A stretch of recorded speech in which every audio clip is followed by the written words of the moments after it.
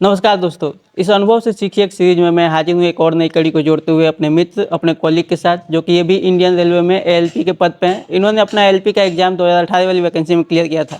इनसे हम जानने की कोशिश करेंगे कैसे इन्होंने एलपी का एग्ज़ाम क्लियर किया, इनकी क्या रणनीति थी और लास्ट 4 मंथ बचे हुए हैं तो आपकी क्या रणनीति होनी चाहिए। इनकी गाइडेंस लेने की कोशिश करेंगे। गाइडेंस बहुत ही ज़रूरी होती है, क्योंकि जब हमें कोई गाइड करने वाला होता है ना, तो हमारे पास एक पाथ हो जाता है, एक रास्ता मिल जाता है हमें, जिस पे चल के हम मंजिल पर जाना तक आसान हो जाता है। और सबसे ज़्यादा ज़रूरी ये है कि आप गाइडेंस किससे ले रहे हैं, क्योंकि जो पथेरी होता है ना, हमारे यहाँ जो ईंटें पाथने वाले होते हैं उनको पथेरी बोलते हैं। तो जो पथेरी होता है वो जब मिट्टी को मारता है तो उससे वो ईंटें बनाता है, और जो कुम्हार होता है वो उसी मिट्टी को मार के एक मिट्टी के बर्तन या दीपक बनाता है। बट जो कलाकार होता है ना भाई, जिसे पता है कि मिट्टी को कैसे आकार देना है, वो जब उस मिट्टी को मारता है तो उससे वो मूर्त बना देता है।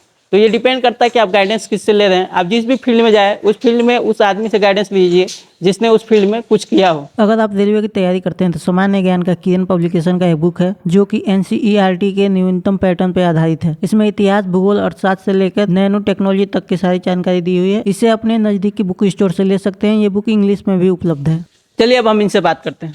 हेलो दोस्तों, मेरा नाम मनीष कुमार गुप्ता है। मैं उत्तर प्रदेश के मऊ जिले का रहने वाला हूँ। मैं थोड़ा सा अपना एक्सपीरियंस बता देता हूँ और मैं थोड़ा अपना क्वालिफिकेशन के बारे में भी आपको बताता हूँ, जिससे मुझे उम्मीद है कि आपको थोड़ा बहुत हेल्प जो मिल सके मेरे तरफ से, मुझे अच्छा लगेगा। मैंने बीटेक किया है और मेरा जो ट्रेड है वो इलेक्ट्रॉनिक्स एंड कम्युनिकेशन है।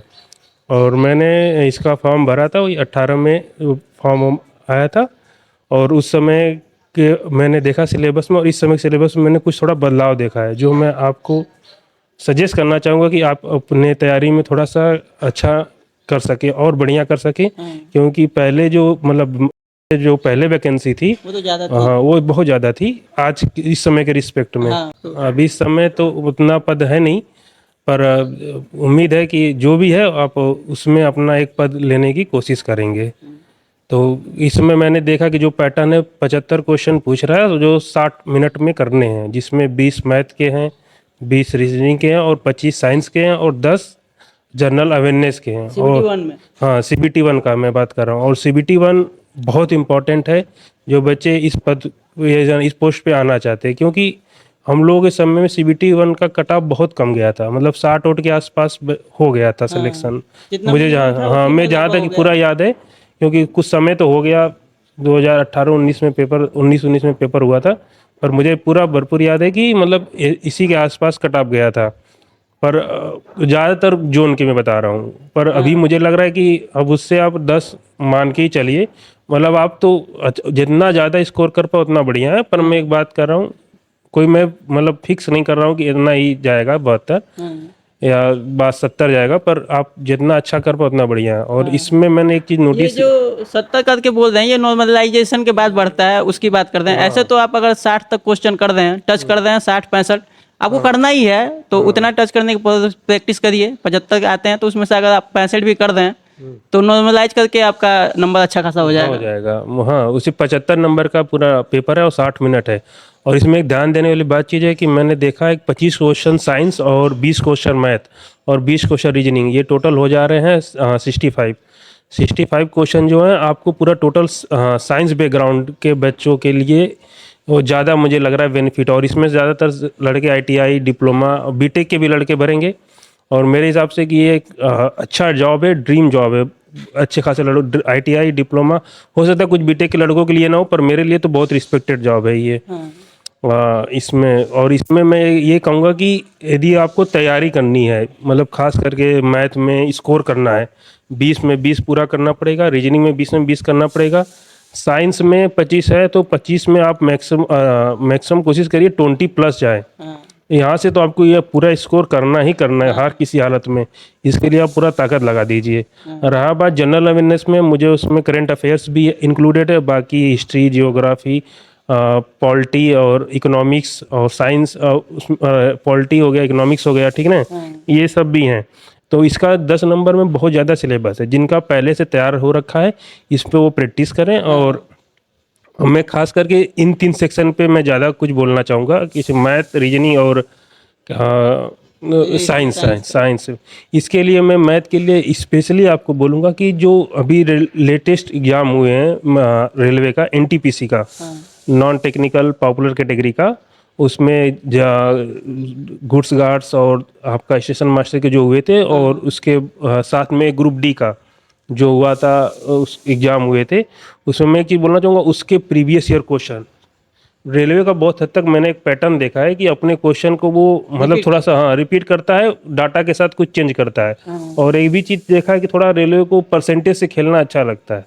मैंने बहुत सारे क्वेश्चन देखा जो मतलब टाइम एंड वर्क में परसेंटेज थोड़ा सा लेके आ जाते हैं, और क्या बोलते हैं एरिया में मेंसुरेशन हो गया, इस सब में थोड़ा सा भी परसेंटेज मतलब रूल डालना कोशिश करते हैं कि थोड़ा सा, अब जो कंपटीशन बढ़ रहा है तो लेवल तो बढ़ेगा ही, और अभी तो वो सीट कम है तो कंपटीशन वैसे ही बढ़ गया, उसमें तो आप कुछ मतलब सोचने वाली बात नहीं है, और आपको तो तैयारी बहुत अच्छे से करनी है। तो मैं ये कहूँगा कि आप प्रीवियस ईयर क्वेश्चन जितने रेलवे के और किसी के नहीं, रेलवे के ही उठाइए, उसके पूरे प्रीवियस ईयर के मैथ के पूरे क्वेश्चन, एनटीपीसी के और बाकी सारी चीज़, जहाँ से भी आपको बाजार में बहुत सारी मार्केट में बुक मिल जाएंगी जो प्रीवियस ईयर पूरा रेलवे का पूरा रखी होंगी, आप कोई भी चूज कर सकते हैं, मैं कोई रिकमेंडेड नहीं करूँगा स्पेशली।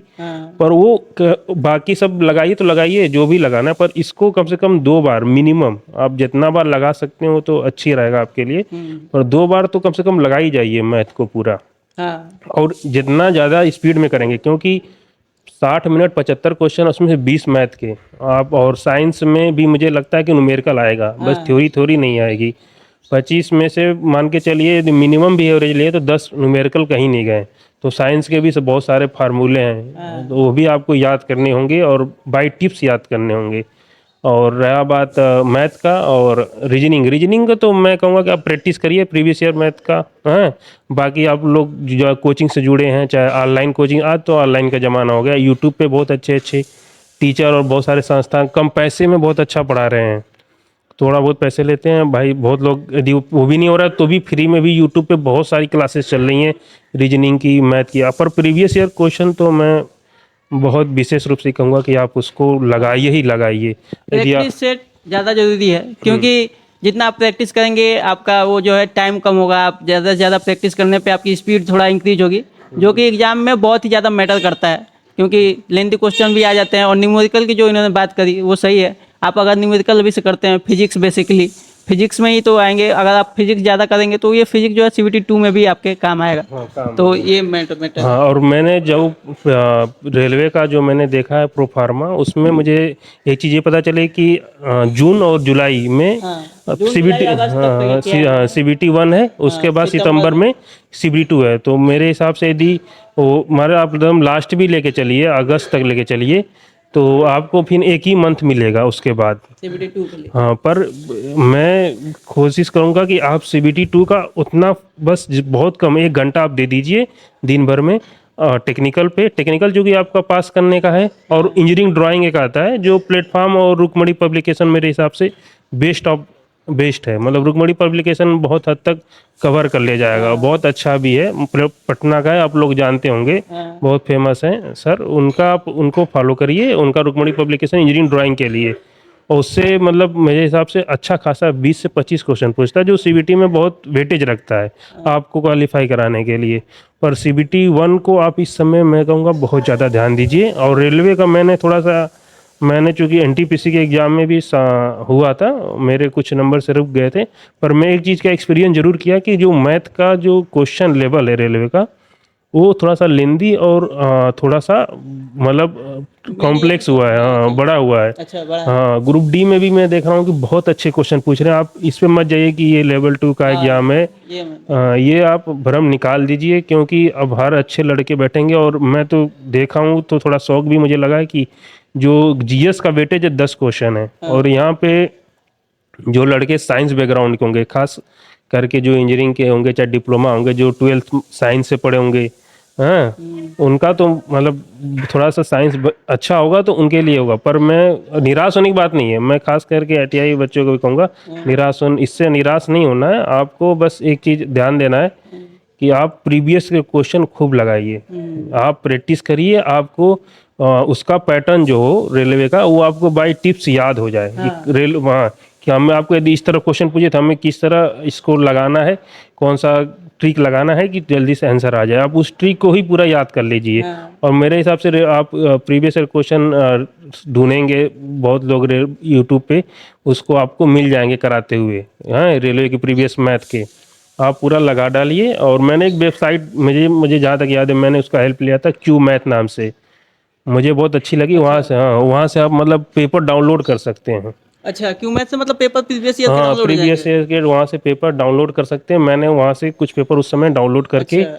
मैंने प्रैक्टिस किया था, बहुत अच्छी। मतलब आप वहाँ से भी हेल्प ले सकते हैं, बाकी आपको जहाँ से भी मिले। हाँ। मैंने तो एक छोटा सा माध्यम बताया, आप कोई भी माध्यम जहाँ से मिले, पर प्रीवियस ईयर के क्वेश्चन मैं उस पर बहुत ज़्यादा जोर दूंगा। अच्छा, ये आईटीआई के लिए जो हमने बताया है, इन्होंने जो बताया बात, वो हम थोड़ा आगाह करना चाहते हैं उनको, थोड़ा सा मतलब आईटीआई से अगर आप हैं तो थोड़ा आप प्रिपेयर हो जाए ज़्यादा। क्योंकि क्या होता है, बहुत बच्चे जो है ना 10th के बाद आईटीआई कर लेते हैं, तो साइंस उतना वो उस चीज़ से वाकिफ़ नहीं हो पाते। और जो 12th की बात करते हैं, अगर साइंस से हैं तो ठीक है, उनका थोड़ा सा अच्छा रहता है। बट बात ये है कि अब एग्जाम में बीटेक वाले, डिप्लोमा वाले भी बैठते हैं, आपको उनसे कम्पीट करना है, तो आपको साइंस अपना मजबूत करना पड़ेगा। क्योंकि साइंस जो है CBT 1 में भी अच्छा खासा आएगा और CBT 2 में भी अच्छा खासा आएगा। तो इसलिए साइंस अपना मजबूत रखिए, इसमें दिमाग लगाइए कि आपको साइंस जो है, और सुनिए, स्कोर जो है ना इसी चीज़ों से आएंगे, आपका साइंस से आएगा, रीजनिंग से होगा और ये मैथ से होगा स्कोर। तो इसलिए इस चीज़ों पे ज़्यादा मेहनत करनी है आपको, ताकि जो है आप इस चीज़ से अभी से प्रिपेयर हो जाए कि आपको साइंस में तो है भाई मेहनत करनी है, और ज़्यादा करिए। और परसेंटेज की जो इन्होंने बात कही है वो बहुत ही सही बता दें, क्योंकि परसेंटेज जो है ना वो घुमा फिरा के 2-3 चैप्टर्स में आ जाता है। वो जैसे कि आप मान लीजिए कि हाँ, टाइम एंड वर्क में आ जाएगा, आपका एरिया में आ जाएगा। हमने क्वेश्चन हमने महसूस किया कि ये पूछते हैं। और रेलवे का मैं एक रीजनिंग में, हाँ, एक रीजनिंग में एक चीज़ और मैं कहना चाहूँगा कि आप क्वेश्चन रेलवे का लेंदी होता है, लंबा होता है, टफ नहीं होता। रीजनिंग इजी होता है पर लंबा होगा, इतने ज़्यादा मतलब आप पेज स्क्रॉल करेंगे, एक ही क्वेश्चन रहेगा, पूरा पेज भरा रहेगा, और आप उसको देख के आप उसमें समय बेकार कर देंगे। तो उस समय कम बेकार हो, उससे अच्छा है कि आप प्रैक्टिस कर लीजिए उसका। और ये प्रैक्टिस आपको कहाँ मिलेंगे? रेलवे के प्रीवियस ईयर क्वेश्चन में। आप उसको प्रैक्टिस करिए, खूब प्रैक्टिस करिए, आपको उस चीज़ का यूज टू हो जाएंगे आप। जब यूज टू हो जाएंगे तो आपको लंबे क्वेश्चन से डर नहीं लगेगा, आप उसको कम समय में करने के भी आप मतलब ज़्यादा एबल हो जाएंगे। तो ये जो लेंथी क्वेश्चन को मैं बताया था स्किप करने की, मतलब स्किप करने का मतलब मार्क फॉर रिव्यू एक होता है। जो पहली बार बच्चे जा रहे हैं उनको मैं बता रहा हूँ, जो पहली बार जाएंगे एग्जाम देने, हाँ, उनको तो पता है इस चीज़ का, अनुभव होगा। जो 1-2 साल से बच्चे तैयारी कर रहे होंगे उनको पता होगा। तो आप जब मॉक टेस्ट लगाएंगे तो आपका ये भी एक फायदा होगा कि आपको पता चल जाएगा कि क्या क्या चीज़ें होती हैं। तो जैसे ये मार्क फॉर रिव्यू है, आप लगा के छोड़ दीजिए, बाद में फिर उस चीज़ को देख लेंगे जब आपके पास अगर टाइम बचा तो। देखिए, CBT 2 में मैं थोड़ा सा बात करना चाहूँगा। CBT 1 की तो बात हो गई। CBT 2 में मैंने बोला दिन में 1 घंटा ही दीजिए अभी, क्योंकि अभी मेरे हिसाब से CBT 1 बहुत इंपॉर्टेंट है। हाँ, मतलब ट्रेड या मैं जिसके लिए बोलना चाह रहा हूँ, क्योंकि CBT 1 आप निकालेंगे तभी आप CBT 2 में बैठेंगे। नहीं तो आप CBT 2 की आपकी तैयारी पूरी फुल हो जाए, आप CBT 1 नहीं निकाल पाए तो आपको कोई मतलब नहीं कि आप CBT 2 में कितना अच्छा कर लेंगे, कोई उसका मतलब नहीं पड़ता। तो CBT 1 पहला आपका टारगेट होना चाहिए निकालने का। रही बात CBT 2, उससे 1 घंटा या आधा घंटा दीजिए, और वो क्या देंगे आप इंजीनियरिंग ड्राइंग पे दीजिए और ट्रेड पे दीजिए। कि आप जो ट्रेड आप भर रहे हैं, जैसे मैंने इलेक्ट्रॉनिक्स मैकेनिक भरा था, मेरा इलेक्ट्रॉनिक्स एंड कम्युनिकेशन ट्रेड था, तो मैंने इलेक्ट्रॉनिक्स मैकेनिक भरा था, तो मैंने इलेक्ट्रॉनिक्स मैकेनिक्स को थोड़ा थोड़ा पढ़ता था, बहुत ज़्यादा नहीं, तो देख लेता था कि मैं कम से कम यूज टू तो हूँ कि क्या क्या पेपर क्वेश्चन आते हैं इलेक्ट्रॉनिक्स मैकेनिक्स में। और हम लोग के समय में तो मैं 18 में मुझे ज़्यादा क्या थी, मैंने बहुत ज़्यादा इलेक्ट्रॉनिक्स की बस एक बुक थी हमारे पास और कुछ नहीं था। अभी तो मैं यही कहूँगा कि जो भी आपका ट्रेड हो उसको थोड़ा बहुत आप उससे यूज टू होइए, और इंजीनियरिंग ड्राइंग को थोड़ा थोड़ा मतलब समझिए। उसमें भी आपको बहुत सारे 3D पैटर्न आपको समझने होते हैं, बहुत सारी चीज़ें हैं, बहुत इंटरेस्टिंग सब्जेक्ट है, आप पढ़ेंगे तो बहुत अच्छा लगेगा। ठीक है, ट्रेड के लिए भैया आपको सही बता रहे हैं कि अभी इससे थोड़ा हल्का हल्का ही पढ़िए, क्योंकि वो क्वालिफाइंग नेचर का होता है, उसमें ज़्यादा टाइम वेस्ट करके, क्योंकि वैकेंसी कम है। तो एक चीज मैं और बहुत इंटरेस्टिंग चीज बताना चाहूँगा अपने दोस्तों को कि देखिए, मेरे साथ के लड़के थे जो CBT 1 में 80 स्कोर किए थे, पर ट्रेड में 22 नंबर, मतलब क्वालिफाइंग भी नहीं लेके आ पाए। हाँ, वो बाहर हो, हाँ, वो बाहर हो गए। और बहुत लड़के जो मतलब ITI वाले लड़कों का तो मैं कहूँगा ट्रेड बहुत अच्छा होता है, पर वो मार्क्स में जुड़ते नहीं, वो क्वालिफाइंग नेचर का होता है। बहुत बच्चे जो उसमें CBT2 में कम स्कोर किए थे पर ट्रेड में उनके अच्छा कर गए थे। हाँ मतलब 50 क्वेश्चन नंबर का था, मुझे जहाँ तक याद है वो 45 थे, 46 थे, मतलब इतने अच्छे स्कोर किए थे।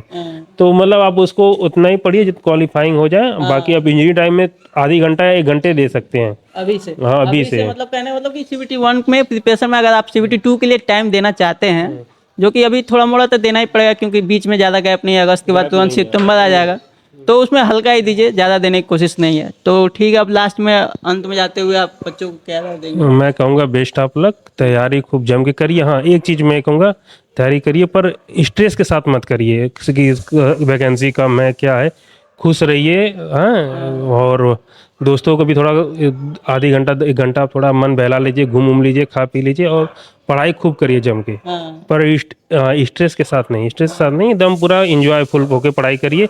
जो सिलेबस है उसको सामने रखते हुए प्रैक्टिस करिए, खूब पढ़िए। स्ट्रेस लेके पढ़ेंगे तो वो स्ट्रेस आपके साथ एग्जाम में भी जाएगा और आपको दिक्कत करेगा। आप वहाँ पे घबराएंगे, आपकी क्या बोलते हैं BP हाई हो जाता है। सही बात है। जब आदमी ज्यादा स्ट्रेस ले लेता है ना, तो कई बार आपको क्वेश्चन जो हो सकता था वो भी गलत हो जाता है। गलत करके आते हैं, ये होता है स्ट्रेस लेके पढ़ाई करने के कारण। आप एकदम खुशी खुशी पढ़िए और क्या कहते हैं, प्रभु का गुण गाइए, दाल रोटी खाइए, वही वाली हालत है। एकदम मस्त होके पढ़िए और हाँ। ठीक है, स्ट्रेस होके फिर जॉयफुल पढ़िए और सिलेबस को सामने रखते हुए पढ़िए। हाँ, सिलेबस को सामने रख के पढ़िए क्योंकि सिलेबस के हिसाब से ही तो क्वेश्चंस आएंगे आपके। तो होप आपको इस चीज़ से हेल्प मिली होगी। बाकी हम आपसे मिलेंगे नेक्स्ट वीडियो में किसी और टॉपिक के साथ या फिर किसी और अपने भाई के मित्र के साथ। तब तक के लिए धन्यवाद।